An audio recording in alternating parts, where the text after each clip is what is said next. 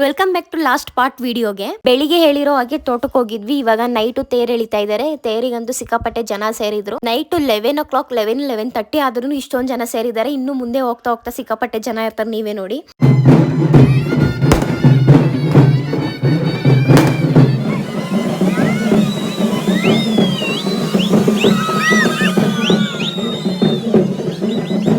ಎಲ್ಲರ ಊರಲ್ಲೂ ಬೆಳಗ್ಗೆ ಹೊತ್ತು ತೇರು ಹೇಳಿದ್ರೆ ನಮ್ಮೂರಲ್ಲಿ ನೈಟ್ ತೇರು ಎಳಿತಾರೆ. ಇದೊಂಥರ ಡಿಫ್ರೆಂಟ್ ಆಗಿದೆ, ಚೆನ್ನಾಗಿರುತ್ತೆ ನೋಡಕ್ಕೆ. ಏನೇ ಹೇಳಿ ಹಳ್ಳಿಗೆ ಹಬ್ಬಕ್ಕೆ ಅಂತ ಬಂದಾಗ ದಿನಗಳು ಹೇಗೆ ಹೋಗ್ತದೆ ಅನ್ನೋದೇ ಗೊತ್ತಾಗಲ್ಲ. ಹಾಗೆ ಈ 3 ದಿವಸ ಹೇಗೆ ಕಳಿತು ಅನ್ನೋದೇ ನನ್ಗಂತೂ ಗೊತ್ತಿಲ್ಲ. ಇಷ್ಟು ಬೇಗ 3 ದಿನ ಆಗೋಯ್ತು ಅಂತ ಫೀಲ್ ಆಗ್ತಿತ್ತು. ಯಾಕಂದ್ರೆ ಫ್ಯಾಮಿಲಿ ಎಲ್ಲ ಸೇರಿದಾಗ ಎಂಜಾಯ್ಮೆಂಟ್ ಇರುತ್ತಲ್ಲ, ಸಿಕ್ಕಾಪಟ್ಟೆ ಚೆನ್ನಾಗಿರುತ್ತೆ. ನನ್ಗಿಂತ ಜಾಸ್ತಿ ನನ್ನ ತಂಗಿಗೆ ಸಿಕ್ಕಾಪಟ್ಟೆ ಕ್ರೇಜ್. ತೇರು ಮುಗಿಯೋವರೆಗೂ ಮಿಡ್ ನೈಟ್ 1 or 2 o'clock ಆಗೋಯ್ತು ಆ ತೇರೆಲ್ಲ ಇಳಿಯೋದು. ಅಲ್ಲಿವರೆಗೂ ನನ್ನ ತಂಗಿ ಎದ್ದಿದ್ಲು, ನನಗೆ ನಿದ್ದೆ ತಡಿಯಕ್ಕಾಗ್ಲಿಲ್ಲ.